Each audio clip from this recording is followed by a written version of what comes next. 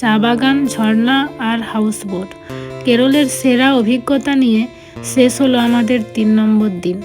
একদিকে সবুজ পাহাড় আর অন্যদিকে শান্ত ব্যাকওয়াটার। কেরলের 3 নম্বর দিনটা জাস্ট অসাধারণ কাটলো আমাদের। হ্যালো এভরিওয়ান, আমি ঋতু। আমার নতুন আর একটি ভিডিওতে তোমাদের সবাইকে অনেক অনেক ওয়েলকাম জানাই। এখন আমরা বাসে করে চলে এসেছি একদম পাহাড়ের উপরে চা বাগান দেখতে। আর এইখানকার ওয়েদারটা খুবই সুন্দর ছিল। কখনো কখনো বৃষ্টি হচ্ছিল, কখনো ঝোড়ো হাওয়া বইছিল। তো আমরা তো বাড়ি থেকে ছাতা নিয়ে গেছিলাম, কিন্তু তারপরেও আমাদেরকে রেনকোট কিনতে হলো, কারণ ওইখানে এতটাই হাওয়া দিচ্ছিল যে ছাতাগুলো ধরে রাখা যাচ্ছিল না। এইখানে একটা ওয়াটারফল ছিল, দারুণ সুন্দর দেখতে। সত্যি এগুলো দেখলে এত ভালো লাগে।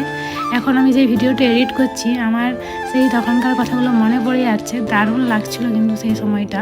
এগুলো হচ্ছে চা বাগান, খুব সুন্দর সাইজ মতো লাগানো আছে। দেখে মনে হবে যেন একদম ছাঁটাই করা। দারুণ সুন্দর লাগছিল চা বাগানটাও দেখতে। তারপর আমরা চলে এসেছি একটা চা মিউজিয়ামে।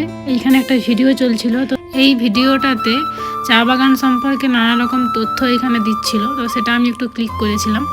আর এখন এই চা মিউজিয়ামে নানা রকমের চা ছিল, তো আমরা এখান থেকেই বাড়ির জন্য কিছু চা নিয়েছিলাম। আর এখানে প্রাকৃতিক সেন্ট দিয়ে ধূপ তৈরি করা হয়, তো সেখান থেকে কিছু ধূপও নিয়েছিলাম আমরা। কিন্তু বাড়িতে এসে দেখলাম যে ধূপগুলো সেইভাবে অতটা ভালো লাগেনি আমাদের। তারপর আমরা একটা পার্কে চলে এসেছিলাম। পার্কটা সত্যি অসাধারণ, মানে আমার খুব খুব ভালো লেগেছে পার্কটা। আর আমার মেয়ের তো আরও অনেক ভালো লেগেছে। তো পার্ক নিয়ে আমি একটা ভিডিও আগে আমি দিয়েছি, তাই সেটা আর বলছি না।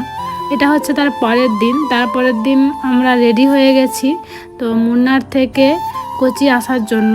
মুনারে আমরা 2 দিন ছিলাম, আর তারপর আমরা কোচি চলে এসেছি। এটা হচ্ছে হাউস বোট। কোচিতে একটা নদীতে হাউস বোটে আমরা ছিলাম এক রাত। তো এই হাউস বোটে এটা হচ্ছে উপরের জায়গাটা। এইখানে সব ডাইনিং টেবিলগুলো আছে, এইখানে খাওয়া দাওয়ার জায়গা, বসার জায়গা। আর এই যে এইরকম হাউস বোটে আমরা ছিলাম। নিচে তলায় হচ্ছে থাকার জায়গা আর ওপরে খাবার জায়গা।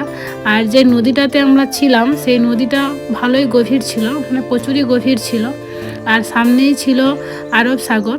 তো যদিও সাগরের দিকে আমরা যাইনি, এটা একটা নদী, মানে গভীর নদী এটা। আর এটা হলো আমাদের বোটের রুমটাও খুব সুন্দর ছিল। পুরোটাই এসি রুম ছিল, খাওয়ার জায়গাতেও এসি ছিল আর রুমে তো ছিলই। আর এখানটা হচ্ছে বুফে সিস্টেমের খাওয়া দাওয়া ছিল। আর এখানকার খাওয়া দাওয়া খুব একটা আমার ভালো লাগেনি, কারণ এইখানে সব খাবারেই সাম্বার মশলা দেওয়া। তাই বাচ্চারা ম্যাগি খেয়েছিল শুধু, আর আমরা রাত্রের খাবারটা খেয়েছিলাম রুটি আর চিকেন, আরও অনেক রকম খাবার।